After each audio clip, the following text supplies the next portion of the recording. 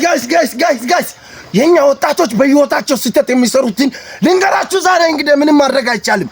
የቤተሰቦቻቸውን ኢኮኖሚ ሳያውቁ ቤተሰቦቻቸው ላይ ጫና መፍጠር።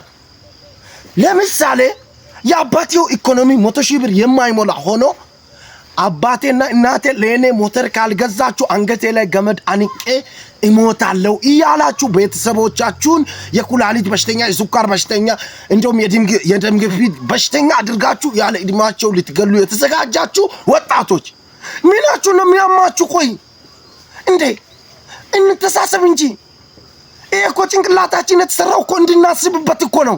ያራዳ ልጅ የጤፍ እንጀራ በዓል ጠብቄ እየበላኝ ለኔ ሞተር ካልገዛችሁ ለኔ ባጃጅ ካልገዛችሁ እኔ ሞታለሁ ታንቄ እንትን እላለሁ።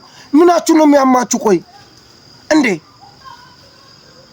ላንተ ለልጅ ነገ አወርሳለሁ ያለው መረት ቆርጦ ሽጦ አንጀቱ እያረረ ገዝቶ ቢሰጣ እስቲ ከሰፈራችሁ እንደዚህ ቤተሰብ አስጨንቆ ማሳ አሽጦ ቤተሰብ እስካሁን እያለቀሰበት ስኬታማ የሆነ ወጣት አንድ በኮሜንት ጥቀስልኝ እስቲ። እንዴ ለምንድን ነው ቆይ በቃ ማይሆን ነገር ጭንቅላታችሁን የምታደድቡት? እንዴ ማሰብ ቻሉ።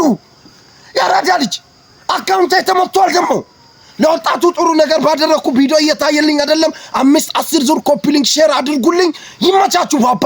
ነቃ ደንገጥ ብላችሁ ወደ ስራ